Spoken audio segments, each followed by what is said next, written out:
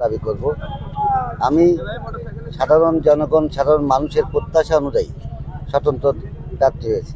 কারণ আমার এলাকার অর্থাৎ ঝিনাইদহ নির্বাচন এলাকার জনগণের দাবি যে তারা এমন একজন প্রতিনিধি নির্বাচিত করতে চায় যে প্রতিনিধির বাড়ি ঘর ভোটার ওই এলাকার মানুষ হবে। আমি সেই এলাকার একজন মানুষ হিসেবেই আমাকে তারা পছন্দ করছে এবং তাদের দাবি অনুযায়ী আমি স্বতন্ত্র প্রার্থী হয়েছি।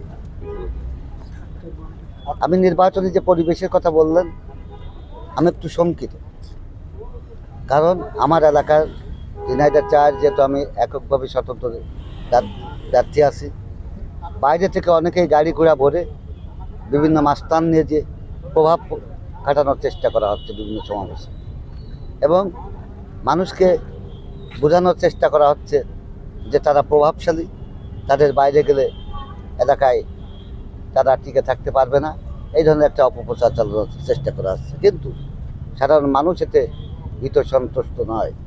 হয়তো তারা ব্যালটের মধ্য দিয়েই এই সমস্ত হুমকি দামকি এবং ক্ষমতার অপব্যবহারকারীদের কাপ্রিস প্রতীকে ভোট দিয়ে জবাব দিবে।